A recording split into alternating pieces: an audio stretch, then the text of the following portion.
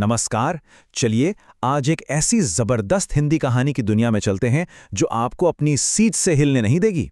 ये कहानी है एक ऐसे हीरो की जो हर मुश्किल के सामने चट्टान की तरह खड़ा रहता है। ये कहानी है दोस्ती की, धोखे की और आखिर में एक शानदार बदले की।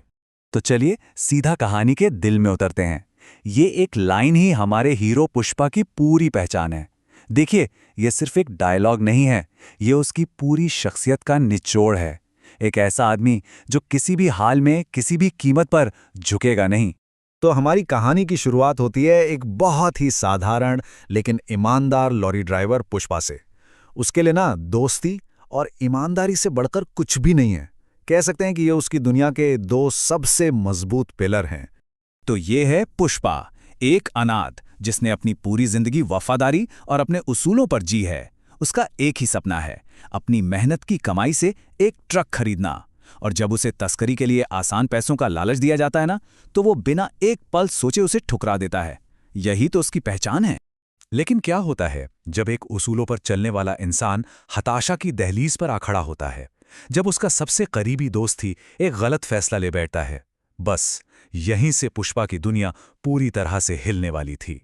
5,000 रुपए, बस यही वो रकम थी जो पुष्पा के सबसे अच्छे दोस्त बन्नी के सामने रखी गई थी। एक बहुत ही संदिग्ध काम के लिए। ये एक ऐसा ऑफर था जो उसकी दोस्ती और उसके उसूलों दोनों का इम्तिहान लेने वाला था। और बन्नी इस लालच से बच नहीं पाता। वो एक ऐसा फैसला ले लेता है जो उसकी पूरी जिंदगी बदल देता है। वो बिना कोई सुराग छोड़े कहीं गायब हो जाता है। और यहीं से शुरू होती है पुष्पा की अपने दोस्त को ढूंढने की एक हताश और मुश्किल यात्रा। अपने दोस्त की ये तलाश पुष्पा को कहानी के असली विलेन वल्ली मालिक तक ले जाती है।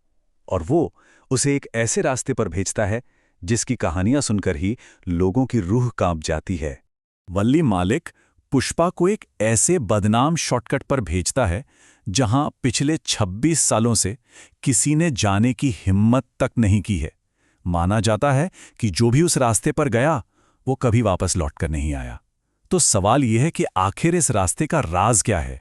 पुष्पा के सामने अब दो रास्ते हैं, एक जो लंबा है लेकिन पूरी तरह सुरक्षित, और दूसरा एक छोटा लेकिन बेहद खतरनाक रास्ता जहां से लोग रहस्यमयी तरीके से गायब हो जाते हैं। अब अपने दोस्त को बचाने के लिए वो कौन सा रास्ता चुनेगा? लेकिन पुष्पा वो डरने वालों में से नहीं है। वो उन तथाकथित भूतों का सामना करता है और एक ऐसी चौंकाने वाली सच्चाई सामने लाता है कि ये भूत कोई आत्माएं नहीं हैं, बल्कि ये तो इंसान हैं जो एक बहुत गहरे और काले राज को छिपाने का काम कर रहे हैं। और बस यहीं से कहानी का असली चेहरा सामने आता है। ये भूतों की कहानी है ही नहीं, ये तो लालच, हत्या और एक छिपी हुई, चोरी की हुई विरासत की कहानी है। पुष्पा को आखिरकार उस भूतिया मार्ग का असली मकसद पता चल ही जाता है। ये रास्ता असल में एक बहुत बड़े अवैध खजाने की रखवाली के लिए बनाया गया था, जिसे वल्ली मालिक ने सालों पहले चुराया था।